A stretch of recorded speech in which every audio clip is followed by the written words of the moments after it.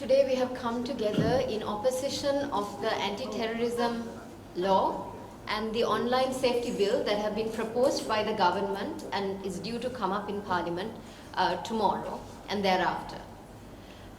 In both these laws, what we can see is that there is a clear intention to repress the voice of the people, to repress the freedom of expression, the freedom of assembly, the freedom of association of the people of this country.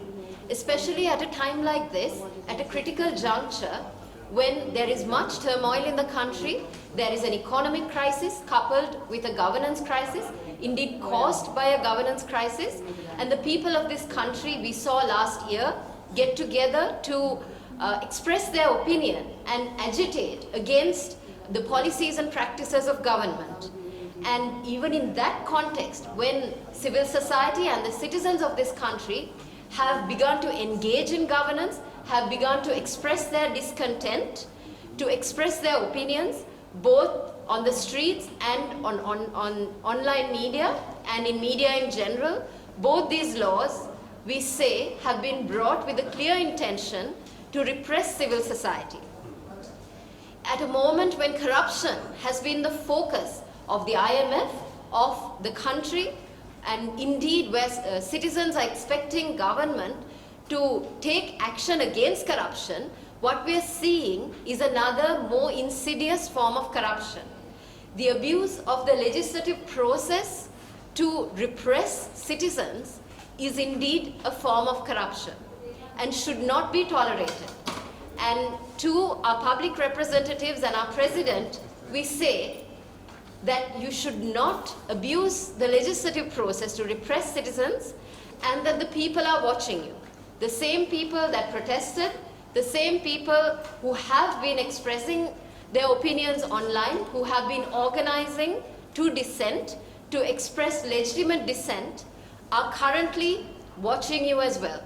In the future, if you vote, especially to the MPs in government, we say, if you vote for such repressive laws like this, the people will hold you accountable.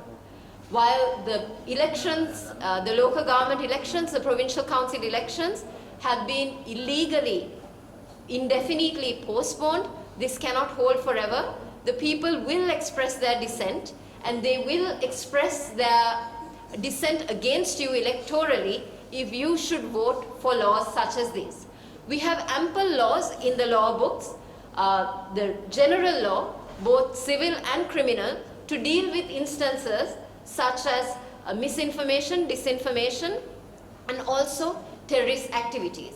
In that context, the government, we say, have not justified the need for such a law.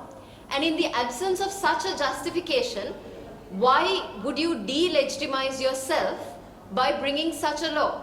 At a point when people have lost confidence, there is a trust deficit, why would you bring forward such anti-democratic pieces of legislation? What are you afraid of? The president, the government, what are you afraid of? Why are you afraid of the citizens' right to free assembly, to association, and the freedom of expression? So we call upon the president and the government to withdraw the anti-terrorism bill, to withdraw the anti-terrorism bill, which is indeed no better than the version that was brought a few months ago and is indeed worse in certain ways and extremely much worse than the Prevention of Terrorism Act. So we call upon you to withdraw the anti-terrorism bill, to withdraw the purported online safety bill, and indeed to also repeat the Prevention of Terrorism Act. All of these laws have been brought with the intent of weaponizing law against the public, and therefore we call upon you to withdraw these laws immediately, forthwith.